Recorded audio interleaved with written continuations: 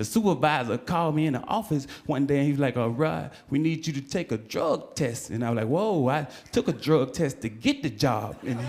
And he was like, no, this is a random drug test. And I was like, well, hell, you better pick somebody else then, damn it. You know, because this is not, I like it. Enthusiasm.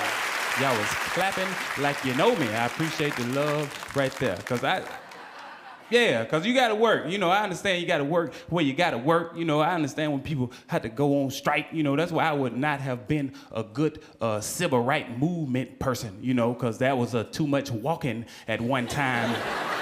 For me right there, they would have had to come to the house and see me then, you know, because you don't really want to, because it was too hot then. You know, it's never a good time to do a movement, really, you know. It's either too hot or it's too cold, you know, so I would have had to call Martin and say, hey, y'all can come over to the house, you know, I got TV and everything, and we can just call them and tell them how we feel about stuff, you know, because I'm not going to be able to march this evening, you know, because it's not a good thing to be marching when it's hot, because...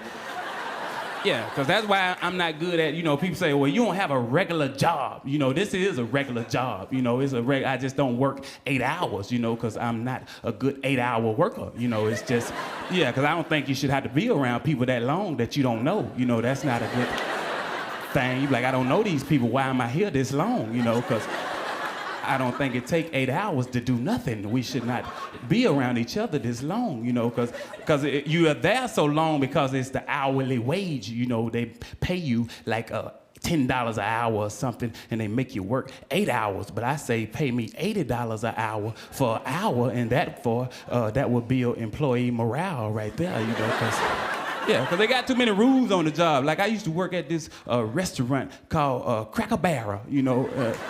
And that's not a joke. That's a real restaurant right there. And I was a dishwasher in the restaurant, and I was a good dishwasher, but they had too many rules, you know, because the supervisor called me in the office one day and he was like, Rhod, we need you to take a drug test. And I was like, whoa, I took a drug test to get the job.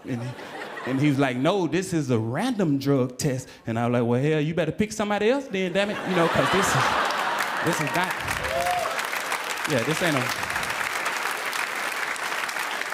This is not a good day to do me. You know, this ain't a good day to do me. Don't get me wrong, I can pass the test. I just need time to study. That's all I'm saying. I've never been a good pop quiz taker. That's not my thing. Right there, I need time to study. Because everywhere you go, they got tests. You know, that's just like if you go to a club and they give you a 2-drink minimum in the club. It's a 2-drink minimum. And you know, when you was a kid, it was officer friendly. He would come to the school and tell you, you have a friend in law enforcement. But when you get grown, you cannot find officer friendly no more at all. Because I was in a club one night and I had 2 drinks because that was the minimum. They would not let me stay in the club until I drank 2 drinks. And I was like, I don't even know if this is my minimum. What's my maximum? I don't really know. But you drank your drinks and then you go get in your car, but you're not drunk. But evidently my car had a couple drinks while I was in the club. Something, because I was just all over the line. I was like, whoa, we cannot be over the divider tonight. This is not a good night for me to do this. And the police pulled me over and he was like, sir, I'm gonna need you to step out the vehicle and take a field sobriety test. And you know, the test is never in a field, you know, because I was like, this is not a field, this is a road sobriety test, because I feel like if it's in a field, I would be able to run better in a field, because, it's not conducive to the road. And they do good, because I always get tickets.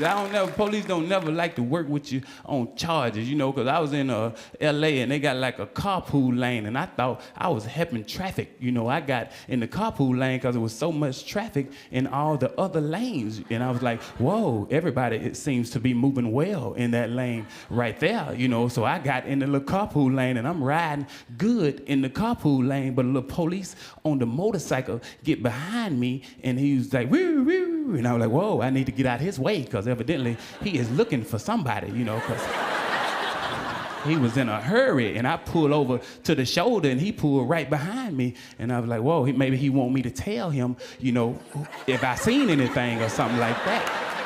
So, I'll be a good Samaritan or something. But he came right to the car. He was like, sir, you can't be in this lane unless you have another person in the vehicle. And I looked at him, and I looked at his motorcycle, and I was like, well, where your other person at? You don't have nobody on your motorcycle, so I would like to press charges too, you know, so. Yeah, you don't even supposed to be in this lane to stop me, really, so. You could apply.